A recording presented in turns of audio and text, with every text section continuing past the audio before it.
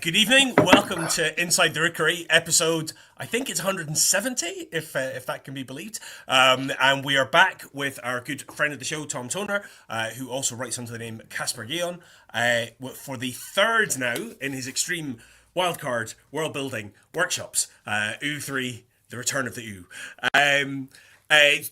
Many of you will notice I am not Lindsay Law, our kind of regular host. As those of you who watch regularly will be aware, Lindsay's been a little unwell. She's doing much, much better, but she's having this week off because she foolishly trusted Tom and I to run things on her own without causing absolute chaos and destruction. So I can only apologise, Lindsay, if we burn Rookery Towers down in your absence. So before we get started, though, I'll just hand over to Tom. If you just want to say a few words, introduce yourself, tell everybody about your fine work. Hello again, everybody. Nice to see you. Well, I can't see you, but nice to be here. I'm Tom Toner, also known as Casper Geon. I am a space opera, well, at the moment, mostly space opera writer. Sorry if I'm a bit discombobulated. It's 6 a.m. here in Australia, and I didn't get much sleep. And I had a few drinks last night, so it was a big mistake. Yes, science fiction writer. I wrote a space opera trilogy with Galax called The Amarantine Spectrum. And my new book under Casper Geon, The Immeasurable Heaven, has come out this summer, which is completely non-human science fiction set in a different galaxy billions of years ago. Got something very new and very strange coming very soon that I can't talk about yet. And totally unrelated to that thing. But yeah, it's always a pleasure to do world building with you guys. And excellent. Look at my new amazing setup, which is a window covered in paper. I wasn't allowed to use my sister-in-law's walls because of the blue tack, so enjoy the window. That's fair. And we did briefly discuss a technological alternative of screen sharing, but we just have visions of that going horribly wrong. Bearing in mind we're in different hemispheres and continents. I can't even work out how to do PowerPoint. So I think the last time I did the PowerPoint was about 20 years ago. So no. Yeah. Let's keep it old. We're doing the window, the paper with the window. Yeah. Exactly. Focus on the ideas, which is all good. All right, lovely. So what I'm going to do now is play around with our layout slightly. Ooh, look at that. Tom's on the other side, and now Tom's gone big and I've gone small. Look at that. So this is just to help you guys so that hopefully you can make a little bit more sense out of what Tom is writing up there. Shall we do a brief recap of our world? Do we think that'd be good? We're going to need to do a recap. Yeah. Yeah. So shall I do that, or would you like to? I've got the photos of the last session. But if you want to do kind of a rough recap, Andy, that'd be great. I'll start us off. Absolutely. Yeah. So we had our planet was a living planet. So it was a living creature. It was the baby of a spacefaring species that live in hyperspace, and they return into kind of real space to give birth. And what's meant to happen is the baby's meant to feed on the energy of the sun so that it can grow big enough to go back into hyperspace. Unfortunately, this baby got left in orbit of a neutron star, so there was no energy for it. So it's been left stuck there hibernating. And because capitalism, this baby's being mined because its various bodily fluids are of immense financial value. They allow people to travel in hyperspace, and they also serve as a potent aphrodisiac. So that's our core creature. Around the creature, we have this sort of accretion disk of poo and various kind of other things that it has expelled. Poo features heavily in this. There's a lot of poo. There's a lot of poo. Yeah. If you weren't here before, you've missed a lot of poo chat. Yeah. And indeed, there's a full moon of poo. We have, in terms of our various factions that we've discussed, we've got our actual miners, which I believe we haven't really developed them, but I believe they're an avian species. Yes. I don't know if we said much more than that. So we've got our avian species of miners who were supported by robots. The robots have, however, gone, or at least some of them have gone a bit rogue. Having had their parts replaced with organic parts, they've begun to have feelings, have empathy, have horniness, and that has led to them rebelling somewhat against their masters. And I think we left our last workshop on sort of tension between two main factions. There was a group who had a sort of almost cult-like belief around this creature that they wanted to help it ascend, and they were, if I remember correctly, not on a moon orbiting the creature, but on a gas giant elsewhere in the solar system.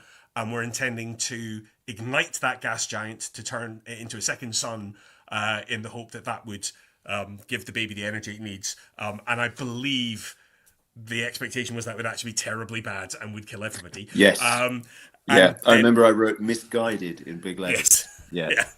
Yeah. And then we also had obviously the robots who are empathizing, and they now, because they have parts of that creature in them, they sense it suffering and they want to put it out of its misery and kill it. And that is our central tension. I believe that was everything. If anyone in the chat was in our previous workshops and we have missed a salient detail that is particularly important to you, to make sure we don't overlook it, please do jump in the chat and let us know. And indeed, throughout this whole thing, Tom and I will be chatting, but we're very much looking for you guys to be involved. So pop your ideas in the chat. I will share them with all and sundry. And it very much is, Tom, the idea. There's no such thing as a bad idea. We want as many ideas as possible. There's no bad idea. There's no wrong answer. And I'd better explain for those who are new. It's kind of like a stream of consciousness thing, my wildcard world building. So it's designed to, you just move as fast as possible. You come up with lots of different options and you choose the options that sound the best to you. So it's really designed to get over the kind of that feeling of doubt while you're writing. Because with the wildcard method, you're coming up with things off the bat as quick as you can. And, if you don't like the first few options, you can just choose another few options. And it's just a way of helping your brain to answer questions, world building or plot or whatever. I've got black hole pooper scooper. That seemed to be a big deal last time. I don't know what it means. I don't know why it's there. We've had Soros in our chat has said we missed the worms. Missed the worms. What was the deal with the worms? I've asked him to that. Yeah, can you remind us, Soros, what are the worms? I can't remember. Yeah, is this big worms on the planet creature? I remember worms from the first session, but I don't remember worms from last time. Or was there worms in the Poo Moon? The shit worms. I'm looking at photos. Yeah, there were worms apparently in the space poo. Well, I remember there was a virus war, wasn't there? Was the worms in the space poo? Was that who had become the religion on the gas giant that wanted to? Oh, I don't know. I've got middle manager and auditors. They're unaware of the eco-terrorists. I don't know how they would be unaware of the eco-terrorists, but I think they were a big deal, weren't they? Yeah, so that they were so they were obviously the middle managers of the miners, I think. So they're in like a more, whether it's a moon or a ship, but they're in a more conventional orbit, overseeing things. But because they are distant middle managers, they don't actually know what's going on. All right, I'm going to start. I'm going to start with some. So I'm going to be plotting in green and world building in red. This is I've refined the system. Yeah, middle managers are always unaware. Okay, we're going to put this up. We're going to have some.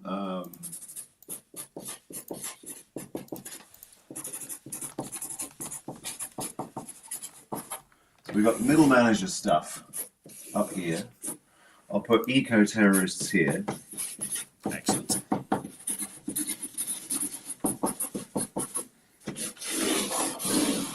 And who was the third faction again? Was it the middle managers, eco-terrorists, and then we had it was the sort of the cult that wanted to ignite the gas giant. Oh well, I thought they were the eco-terrorists, the cult. Who was the third faction?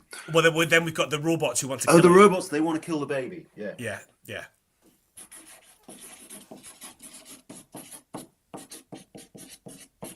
That's excellent. Soros, I'm very, very glad you're here as always. So Soros is reminding us. So can you see that all right? Yeah, actually. Yeah, I can. Oh, great. The native pirates were the local population that were supposed to evolve and then ignite the gas giant to make a sun, making the planet live. Excellent. Okay, but then the miners arrived. They were the native pirates. Yeah. So this is like part of the evolutionary cycle. Is that the parasites on the big planet evolve to the level of intelligence that they can then ignite the thing. Yeah. Yes. So they were parasites. Yeah. Absolutely, and that's it. And their evolution has gone wrong, has been accelerated because of the miners. So because of the capitalism, because again, capitalism is the root of all evil. Capitalism, the miners have hurt the baby, which has accelerated their evolution process, which is why it's misguided and the gas giant exploding is bad. It's all coming back to me, Soros. Thank you. That's very helpful. Okay, want to ignite the gas giant. So I'm going to put that in here. Want to ignite the gas giant.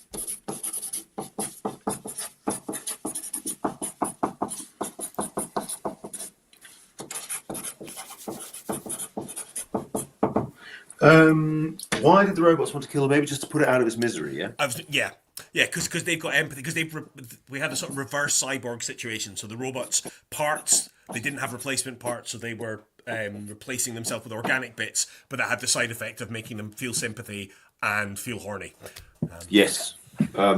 Sympathy. Horny. Okay. Actually, that should be in green. Sorry. I was saying to Andy, if I swear and jump out of the way, it means there's a whitetail spider on the floor. We have those over here, and then they've got a nasty bite. And if I really leg it to the other side of the room, it means there's a redback on the floor, which is worse than a whitetail. Absolutely. So if that happens, everyone, I'll just whip Tom off screen for a little bit, and we'll just chat for a bit until things calm down. So I mean, I've never seen a redback in this house, but I've seen whitetails. So yeah. If we see one crawling on the window, let me know.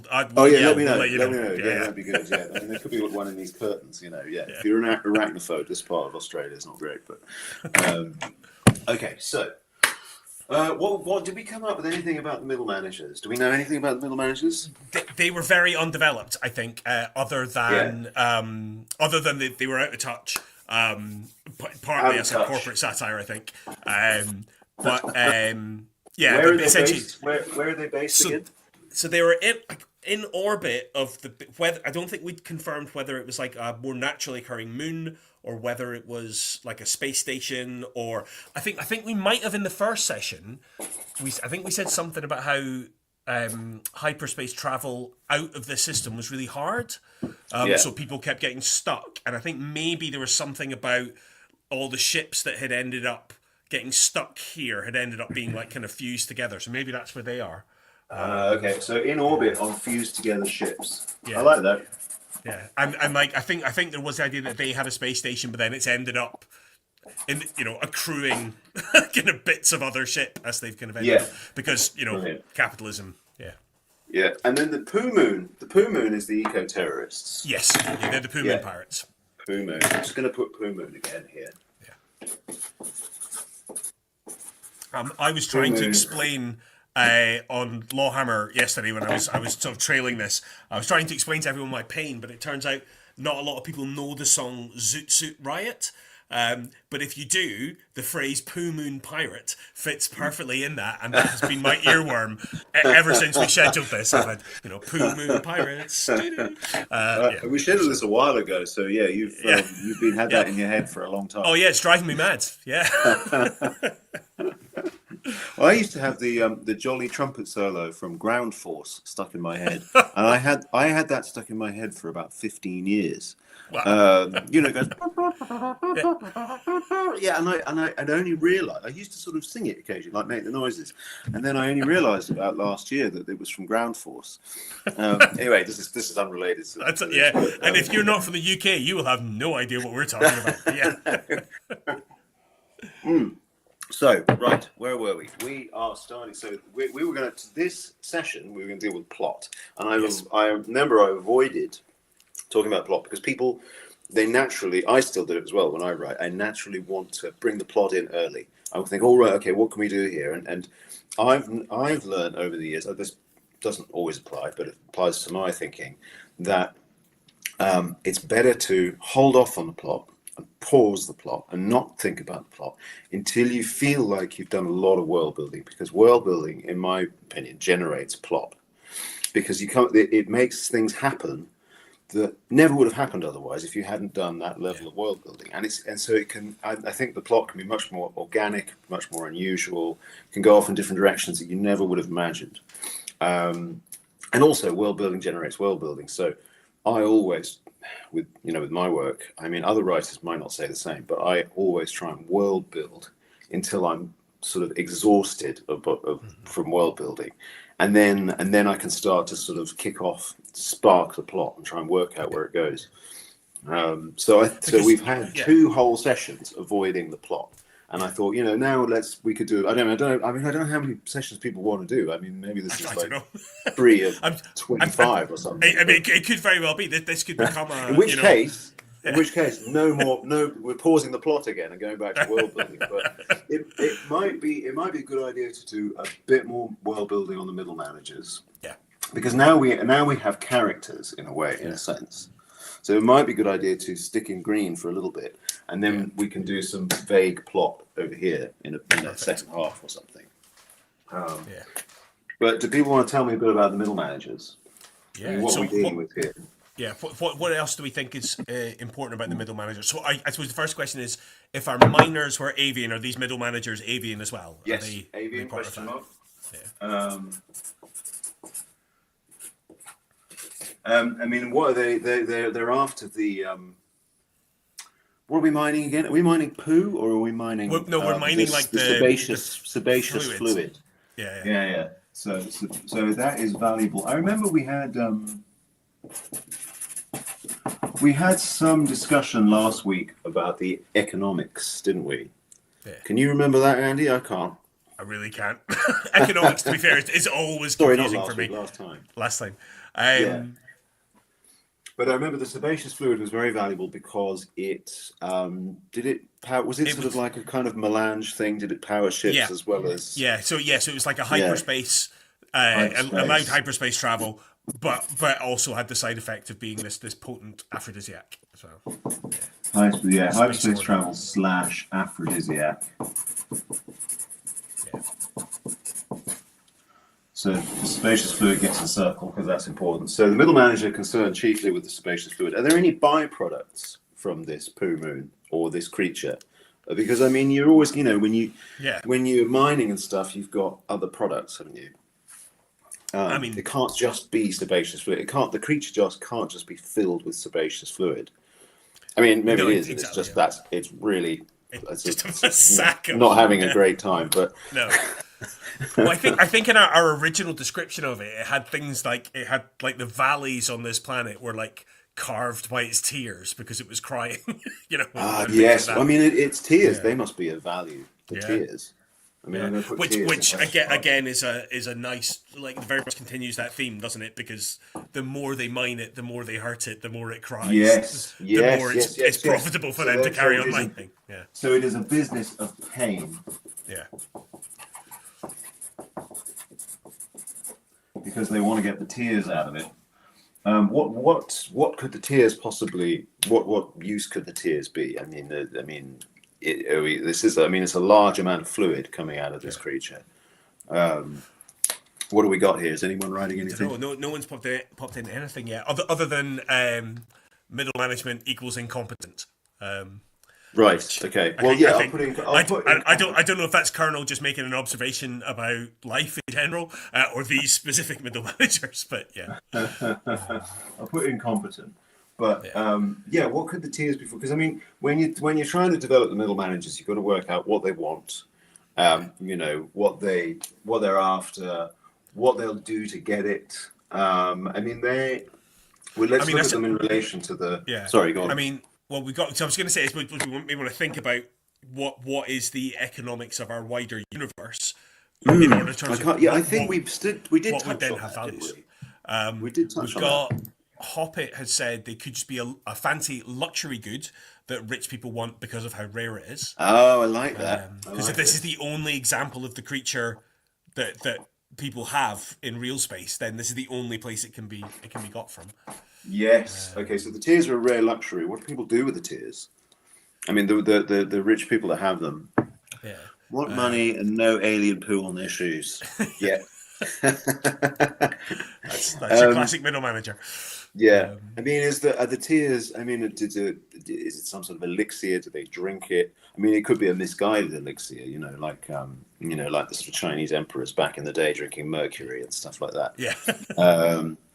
or Yeah, is it or just perfume. is Hobbit it is suggesting. fluid? Do they fill their water beds with it, or Yeah, it could be. Or he's suggesting a foul-smelling tear Oh, perfume. okay, yeah, So perfume. again, there's something quite Emperor's New Clothes about that I like. The idea that this fashionable, much sought after perfume smells awful, Yes, yes, yes, but yes. but its That's rarity really means good. people want it. Yeah, that's good, Hobbit. I like that. That's That's a really good. nice. Yeah. Sorry, as the sun comes up, this is going to get less and less legible. So we better go fast Yeah.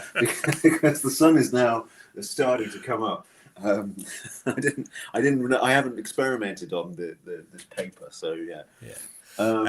We've got Okay, a couple more smells. things. I really like that Yeah. about perfume. Yeah. A couple more things have Yeah, come through. what we So got Soros is saying we could have different parts of the creature have different uses, but they always have that secondary effect of making people experience feelings like aphrodisiac Okay. or a joy like ecstasy or something. Okay, so everything this poor creature produces is some kind of drug to Yeah. all the beings that surround it. Okay. And he's carried that one on, saying, for instance, the tears might bring sobering clarity, which which like is like that. an existential fate worse than death, some would argue. But yeah, Sobering clarity. I like that a lot. So other middle managers will have access to the tears. Are they high on the tears, perhaps? that could be, yeah, that would, yeah, make sense. Keep the horny on the planet and there, yeah. Yeah. Um, So they'll have they are. Let's look at how they're related to the eco-terrorists and the robots. Yeah. Obviously, both of these are at odds with what they want, which is what they want to keep mining. So the robots, yeah, I mean that this now makes more sense, even more sense. The fact that the robots want to put it out of its misery because it is literally being made to cry 24/7. yeah. Yeah, just for a luxury stinking perfume that gives you sobering clarity. But I mean, if the middle managers have access to sobering clarity, then maybe they're actually going to be better middle managers than we thought. Oh, maybe. Yeah, maybe the irony is they're actually incredibly efficient. But I think we need. I think part of the inefficiency was to justify how weren't aware of the eco-terrorists, not the eco-terrorists, the robots. How they weren't aware of the fact that their mining robot workforce was in active rebellion. But I suppose, and again, aware, despite the sobering clarity, they are not aware of this faction here. And I suppose here's a question for you, Tom, when it comes to this transition from world building to plot, and like I guess you have to pick like the moment, the inciting incident. If we go back to classical, storytelling things, perhaps this is it. Perhaps their clarity allows them to realize what's happening, and then so like they've quietly been doing their plans and they've been quietly doing their thing, but the moment of realization is the moment when the plot actually maybe the suffering of the creature has reached a point where its tears become extra hormonal, extra salty, because it is in so much pain, and that delivers them this sudden influx of clarity, this surge of clarity. It could. We've had a couple of extra things in here. So sources, so add on, like maybe they've become incredibly efficient, but also incredibly egotistical. So that it has two psychological effects. So it brings sobering clarity in terms of we need to do this, we need to do that,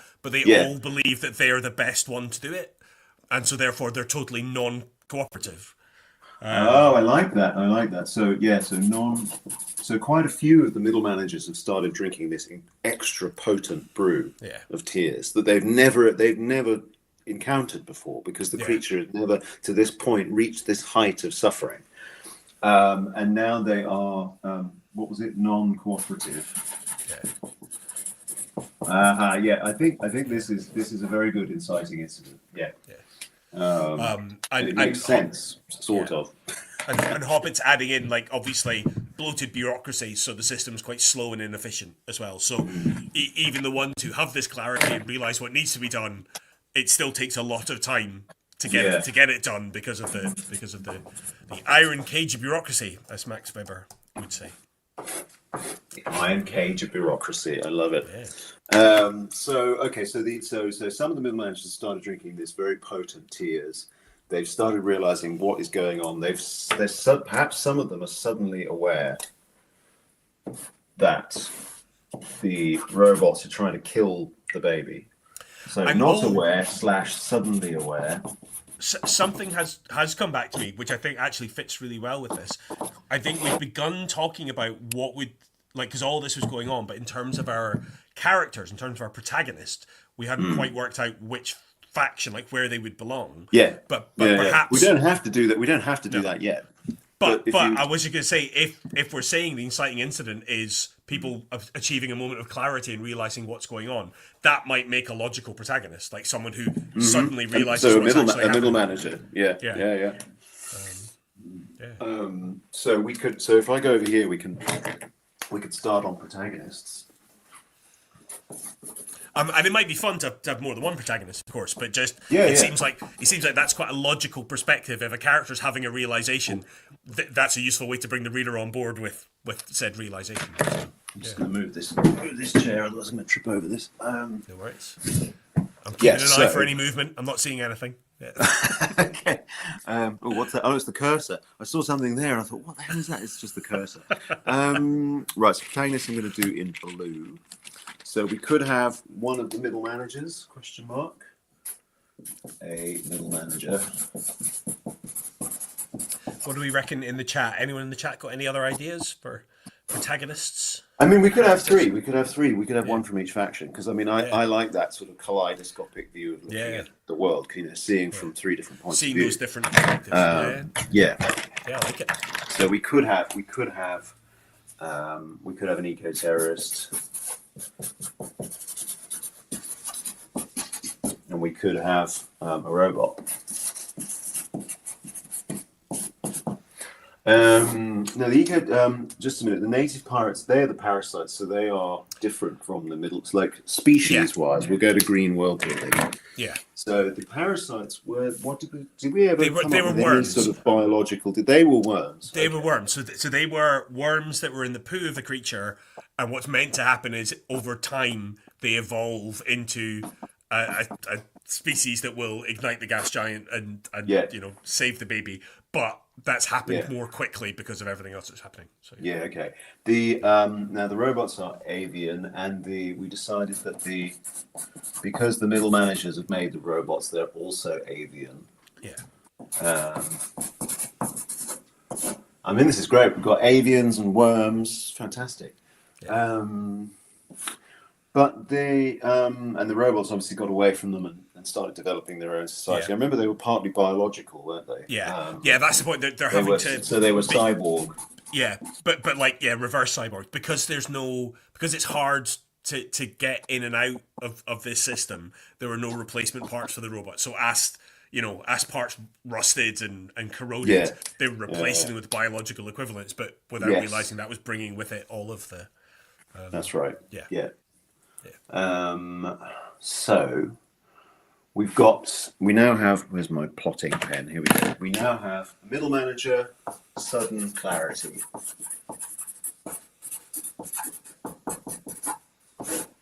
Who sees what is going on here. Yeah. How? So the two magic words in world building, how and why. How is the manager seeing what's going on here? He's drunk a brew of the tears. Is it just a dream, or how is this visible? What's going on? Interesting. I mean, or do all the dots just join up? Is it like that's what I'd assumed. I'd assumed it was where something he takes like the pill and suddenly he's really smart. Because in the real world, not to get too depressing for a second, but there's that thing with big companies where they might realize that their cars are unsafe, but it would cost more to recall the cars and fix it than it would to pay the lawsuits for the handful of people that will die. Yeah. So they'll make that horrible decision. So the idea that like on a planetary scale, there's that much activity going on, that much resources going on, that people are almost just accepting these disappearing robots as being like cost of doing business. and maybe then this guy joins the dots and realizes, oh no, hang on, actually, I like that. I the like that a lot. disruption in our supply there directly correlates with those robots disappearing there, and then maybe he's begin to kind of work out the yeah. Yeah, I like that. Previously accepting disruption, but not joining dots. Yeah. And that fits with the idea that there's this big churning bureaucracy. Yes, Yeah. that's brilliant. So he sees sudden danger. I mean, it's the classic blurb at the back of every sci-fi book. Someone makes a discovery that could threaten life itself, or the universe itself, or civilization itself. Yeah. So he sees. I mean, this really is one of those scenarios. He sees that the robots are going to kill the baby, but how are they going to kill the baby? So I'm going to put a big how here as well. Yeah. Because it's big, right? It's not going to be. It is vast. So I mean, there's all of these centuries of torture that it's been through have not killed it. So how are they going to kill the baby? What are they going to do? So we've got Soros has jumped in that we'd also discussed another outside perspective of a scientist coming to the planet because they had a theory about what had happened to other star systems in the past.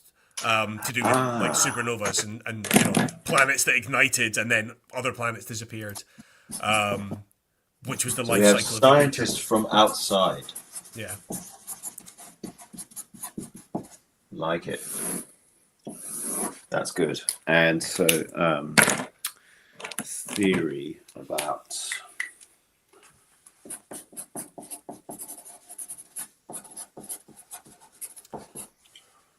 so they what so they there are they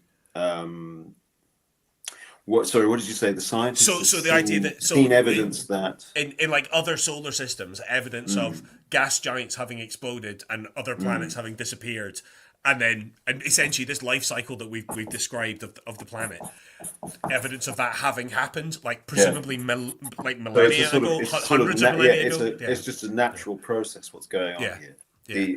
The parasites will always develop, always evolve, always rise up, and then always try and destroy all the robots. Or either the eco-terrorists or the robots will get their way, or often do in other solar systems. Yeah, exactly. And like the parasites should, like, that is meant to be the natural life cycle. It's just happening too soon.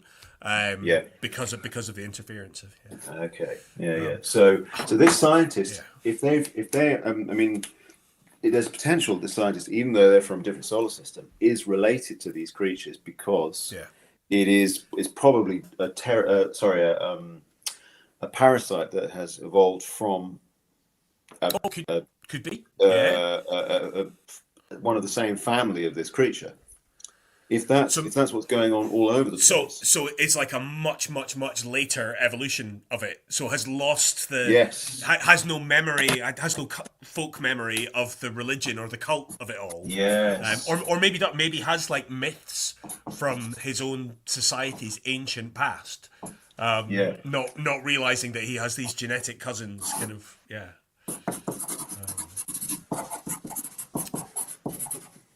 from similar system. We have from Hoppet a suggestion for how the robots might be looking to kill the creature. Good. Building a big drill, aiming for the brain. Big drill. I mean that would make sense. That would. I'm imagining like almost like a mining drill. So almost taking the way that they're mining this creature already and just weaponizing it for aimed at brain.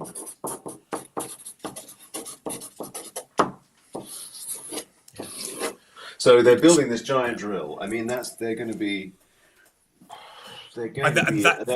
take a lot of resources. That could very well be what the middle manager is spotting. That's what I was thinking.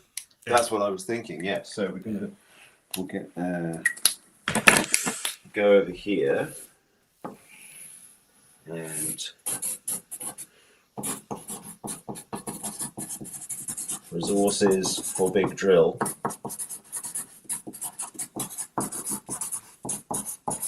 So I mean, it's quite a mundane start. The middle manager drinks some extra potent tears and then just looks at the spreadsheets and goes, "Hang on a minute, there's some resources disappearing here. Yeah. Andor has taught us nothing. Yes, It has taught us that Yeah. people No, I mean, chasing anomalous spreadsheets can be interesting. Perfectly good start. You can always have an action-packed prologue beforehand. Yeah. And then suddenly you're in the office setting while an avian. Yeah. Yeah. Soros has pitched in. I think when we'd spoken about it before, we'd pitched the idea that the scientist was part of the avian society, but he likes what we've done, and I agree. I actually think that's a more interesting one, what we've done today. The idea that it's a further evolved worm. A further evolved worm instead of an avian. Yeah. Yeah. Well, I think that's interesting. Also, you don't want to have too many avians and only one worm. I think at least then this balances it. It's 2 worms, 2 avians. Yeah. And a different worm. So I'm going to put there different worm.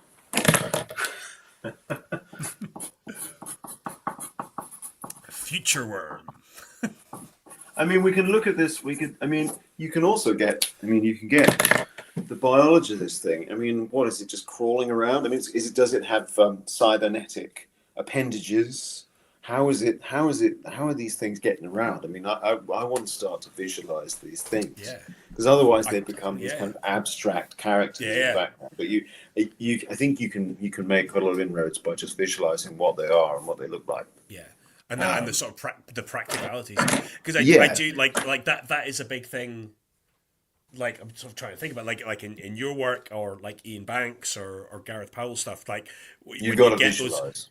And when you get those very alien species, the way that they interact with the world around them, it innately affects the storytelling and how you do that. So Banks was interesting because I feel like he did quite a very minimal level of explanation about what these things are like. Because you look at fan art from the Culture series, and it's quite varied. About you look at the Dwellers from the Algebraist, or the Shelgrians from Look to Windward, and they're all quite different looking when you look at people trying to draw them. Because he did that really clever one in, I can't remember if it was Look to Windward, but there's one of them where there's the whole prologue and he doesn't mention anything physically about them at all. So you assume that it's a human. You assume it's a human, and it turns out. And then suddenly it's got 6 limbs, and you're like, wait, what? Yeah, bipedal sort of tiger-like organism. Yeah, with the middle shelf limbs. That was brilliant. Then you get people like, I remember Larry Niven explains in quite a lot of detail what his aliens look like, and that's also fun because then you can really, really visualize what he wants you to visualize. I'm just going to put worm appendages. Yeah.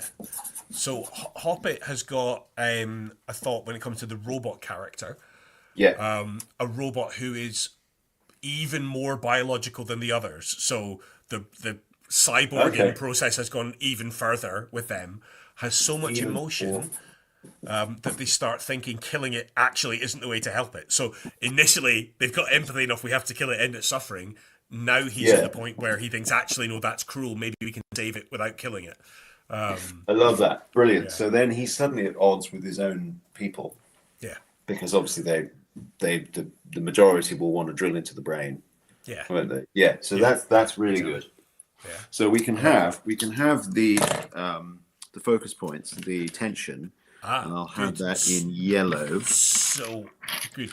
Actually, no. I'll let you do that, and I won't distract you with the next thing until you've got that down, and then I'll. Soros has raised the question. Yeah. Is there? The tension is here. He could say that someone arriving from outside creates tension, doesn't it? Yeah. So we've got tension here. Because the eco-terrorist worms, particularly, like they're still in a relatively primitive, like social development, because it's very much a cult, very much rigid. Whereas this guy, his culture has evolved far, far beyond that, and is a scientist and is capable of interstellar travel, and so his or their perspective is going to be very different and might shake that. And that does relate to what Soros was asking, which is the question about how the external worm, the scientist worm, how does it know about the disappearing planet elsewhere in the galaxy? So we know how it knows about its own history, its own society, but how did it know to come here? did it get that information from a database of the mining company? That is an interesting question. That's a good question. Yeah. I mean, maybe they've begun the process of igniting the gas giant, and so it can see the changes in stellar luminosity. Yeah. But I suppose whatever it sees will be extremely delayed, Yeah. by the passage of light. So unless this is such a slow process that they've begun the ignition such a long time ago that it's So you could have the I've forgotten which colours are which. This is this is world building. So yeah.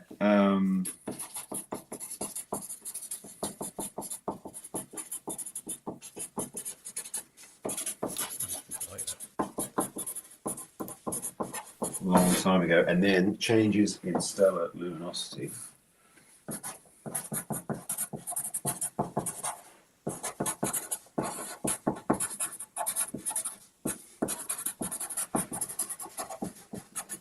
So yeah, so maybe similarly, the scientist from the outside was also just studying the charts and just saw this slight blip, this kind of 1 degree out or whatever. Enough and that thought, right, we're going there. We know what's happening. Yeah.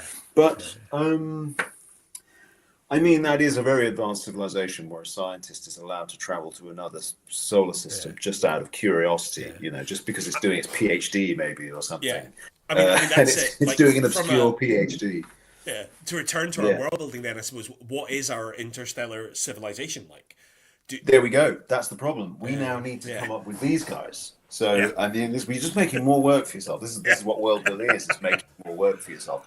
I don't have much space on this window, this bloody window. I'm going to have to go down here. Yeah, you can go a bit lower. We can see. We do have a section there. Can you see that? Yeah, we can see that. Okay. Yeah. Great. Right. Interstellar civilization.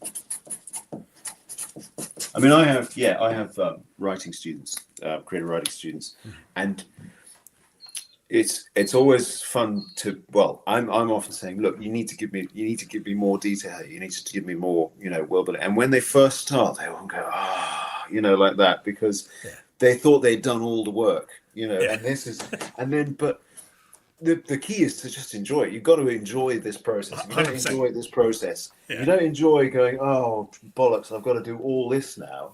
Yeah. Then don't write science fiction. Yeah, you're in the wrong sphere. Or fantasy, probably. Yeah. It's an interesting parallel with just thinking about it from the RPG experience as well. Because something that we have spoken about with some of our guests in the past, there's a sort of with any kind of game playing, there's like a social contract around the table about kind of what you're doing. Even more so with tabletop role playing games. You're telling a story together and you're in this shared world. But when there's a problem with and it sometimes can be a problem with the game, like the game hasn't detailed the world clearly enough, or the games master hasn't detailed it well enough, or the players and the games master or the game have a slightly different understanding about something that's in there. That can lead to the biggest frustration that you'll ever get at the table, because everybody's filled in these gaps and done their own little bit of world building themselves, but not spoken to each other. So they've come to a very different conclusion about what a thing looks like. Like, well, I'll just do this, and like, well, you can't do that for this reason. So yeah, it's an interesting parallel. I think both for writers, but also quite a lot of the people watching, I suspect, are games masters as well as players. So there's quite a useful lesson here about making sure everybody's in on the world building. Yeah, and another thing is that even if the reader even you need to know, even if you're not going to tell the reader. I mean, there's a lot of stuff I come up with in the past that I've just not included in books because I had to come up with that to work out that. And so I've got all these reams of world building that there's no place to put them. So you don't include them in the book. But it's so important that you as the writer know the answers to all your questions. And that's a good thing and a mark of why you're a good writer, that you didn't just cram it in there because you'd made it. Like I learned that lesson. I love an info dump. I do love an info dump. I think I'm quite rare in that I absolutely love reading info dumps. Yeah, but most people don't. it's got to feel connected. It's got to feel like it's Yeah. it's an info dump for a reason.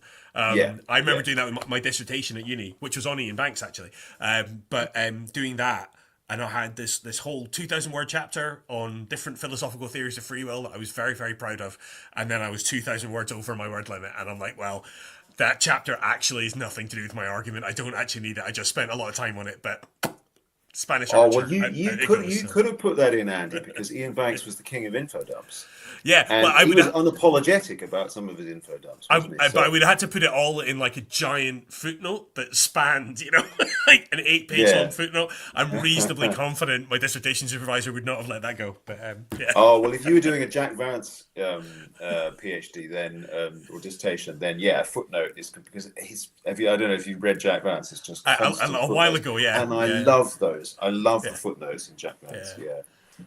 Obviously they take you out of it, but I wish I could get away with footnotes. But whenever I've tried, editors and agents I've had have always gone, no, you can't do that. Get rid of that. Yeah, it is hard. I guess the ones that work in more popular novels like Terry Pratchett are the ones where it's adding humor specifically. It's a specific voice, or like Princess Bride, that adds that kind of like meta commentary to it. So yeah.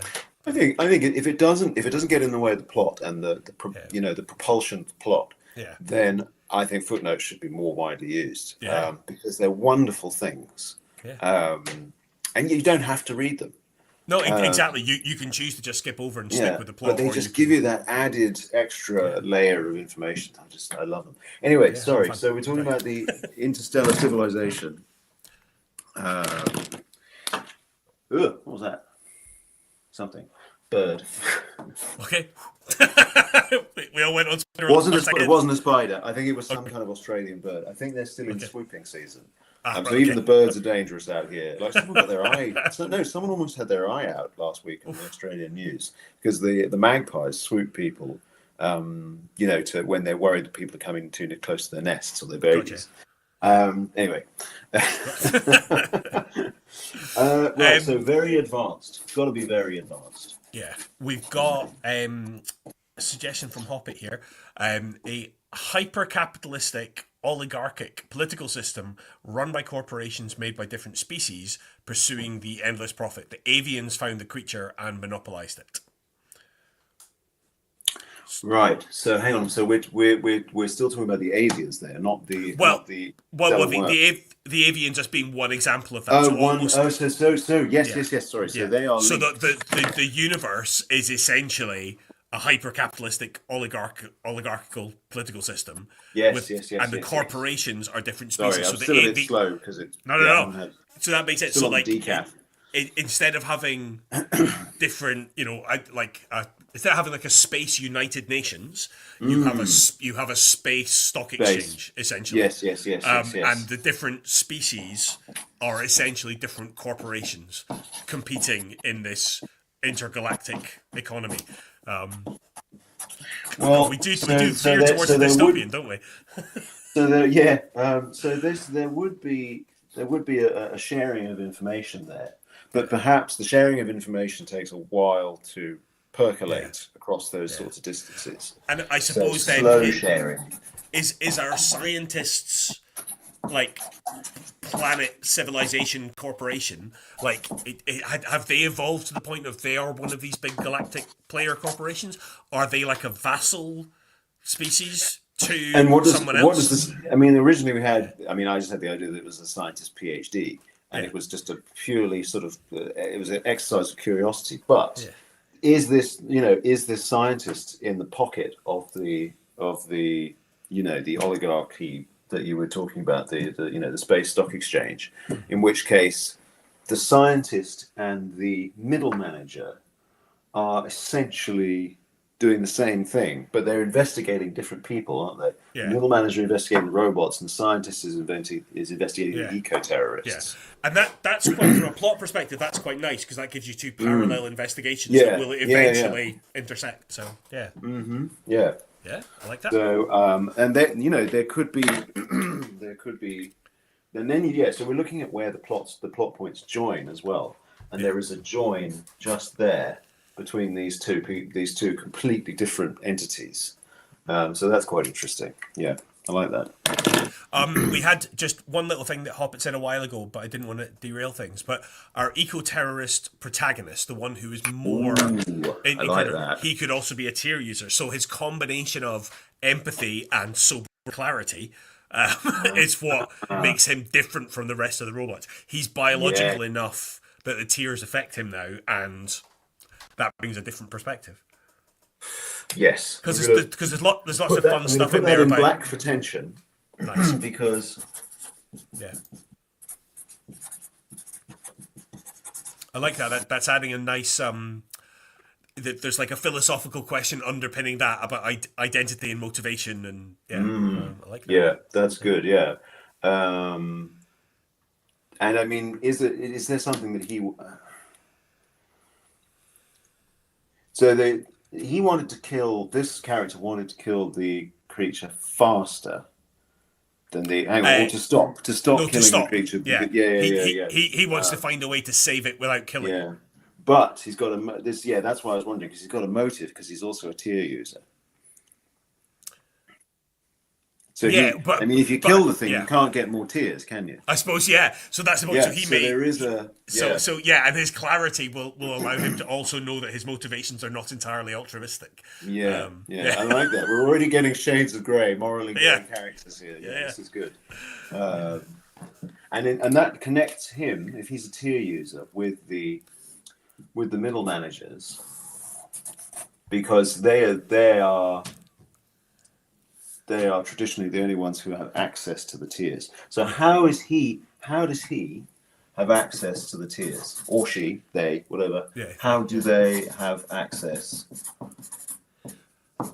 I mean, I said potentially directly from the source, I guess. If our robot terrorists are physically on the planet.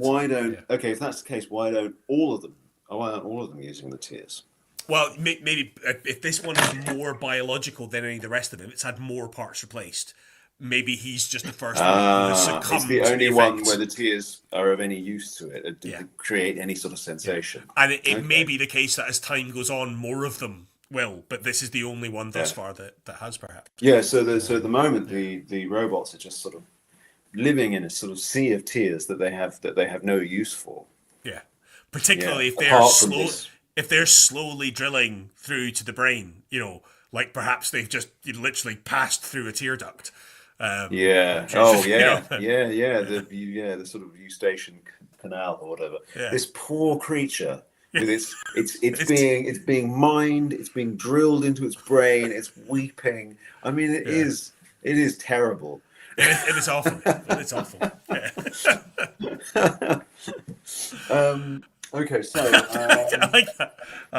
Colonel's saying he's got the picture of the robot terrorist looking like a mix of the Terminator and R2-D2.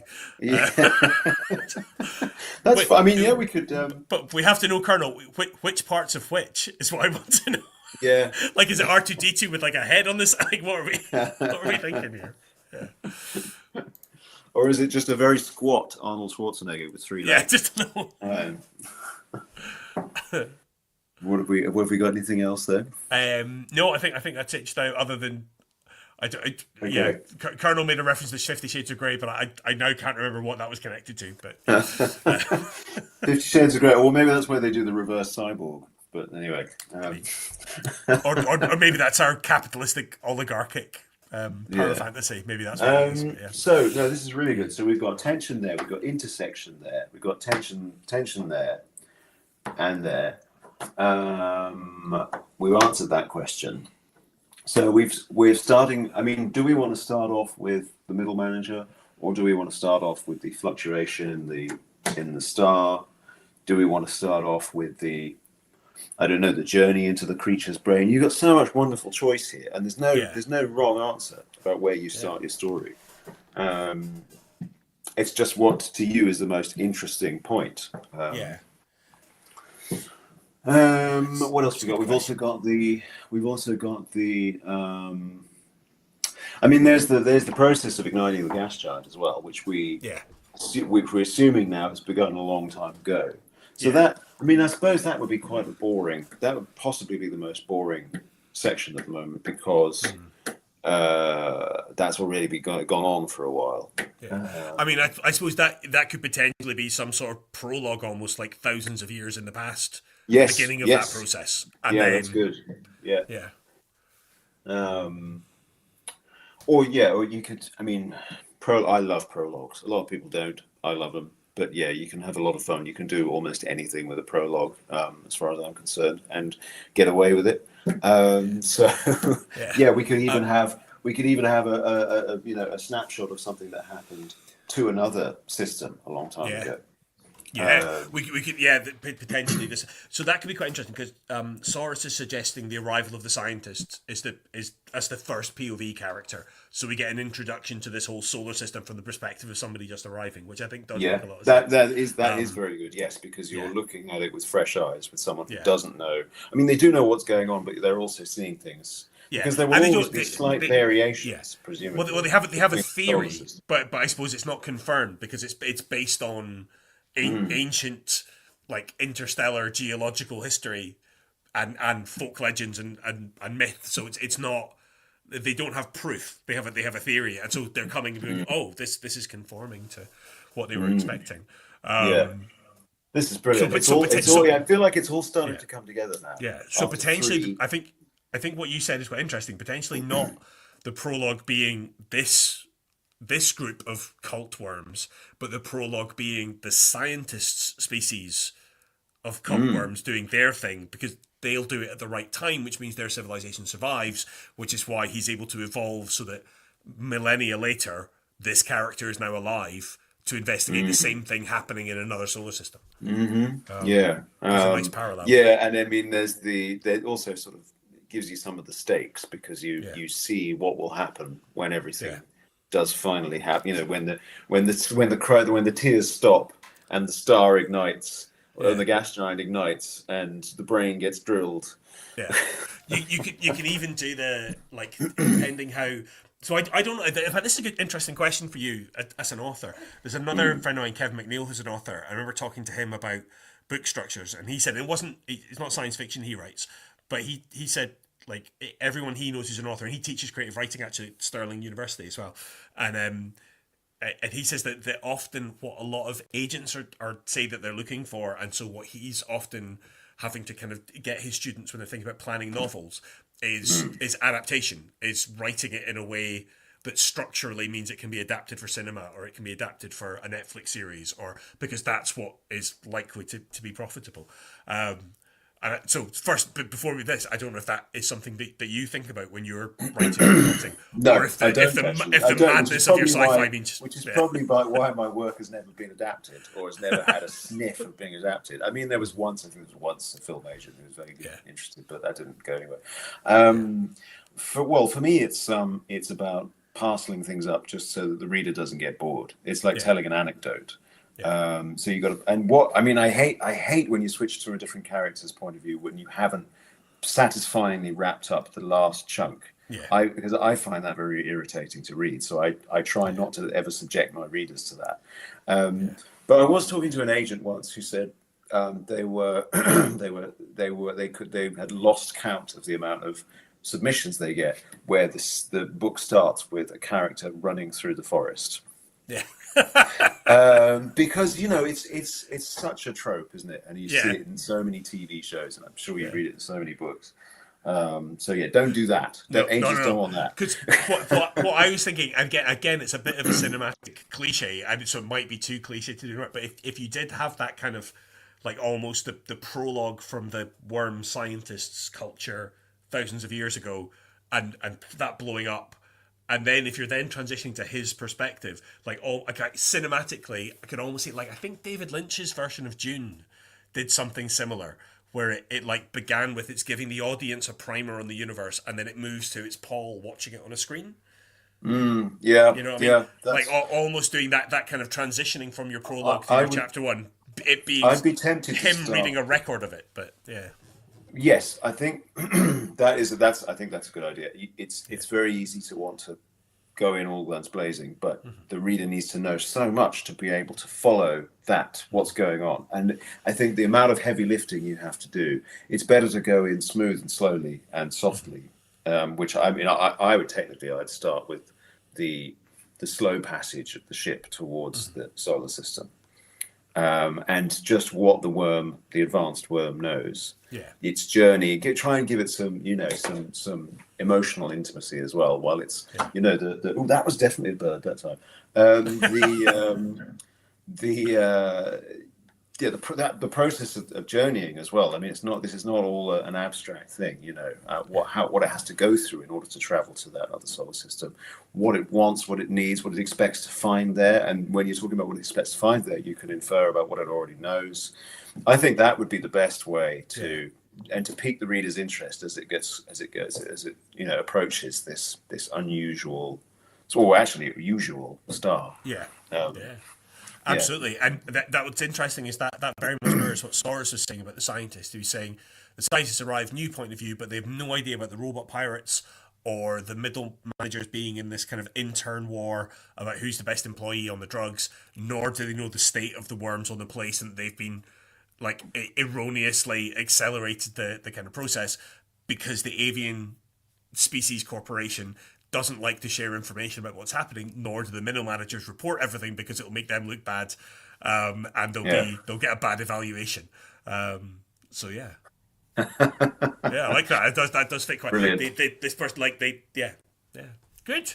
Well, almost by design. I'd love to say that we planned it this way, but we didn't. But that is 8 o'clock. It is. So we have done an hour. Or it's 7 in the morning for me. But that's what it's 8 o'clock in the evening for me, and I'm almost finished my beer. You need your coffee. I need my beer now at 7 in the morning. Hey, it's all fine now.